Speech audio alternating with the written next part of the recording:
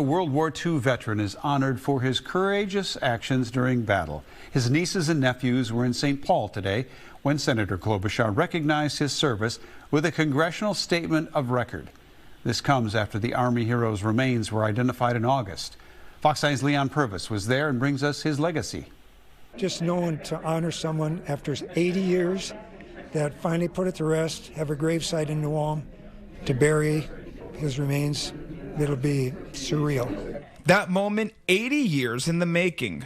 Army Captain Willibald Charles Bianchi dedicated his life to protecting this country during World War II.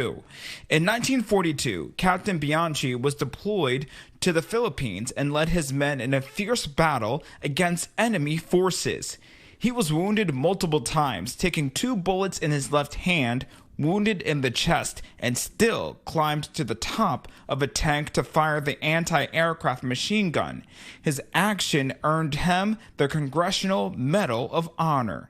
Here is a small-town farm boy from New Ulm who goes on to be a true hero, saved lives in the Philippines, and then, of course, captured as a prisoner of war, makes it through the Bataan Death March, keeps the spirits up of his fellow prisoners of war. Senator Amy Klobuchar says fellow soldiers credit Bianchi for saving lives in that infamous Death March. Bianchi was a prisoner of war for more than 3 years, but never lost his sense of duty or faith.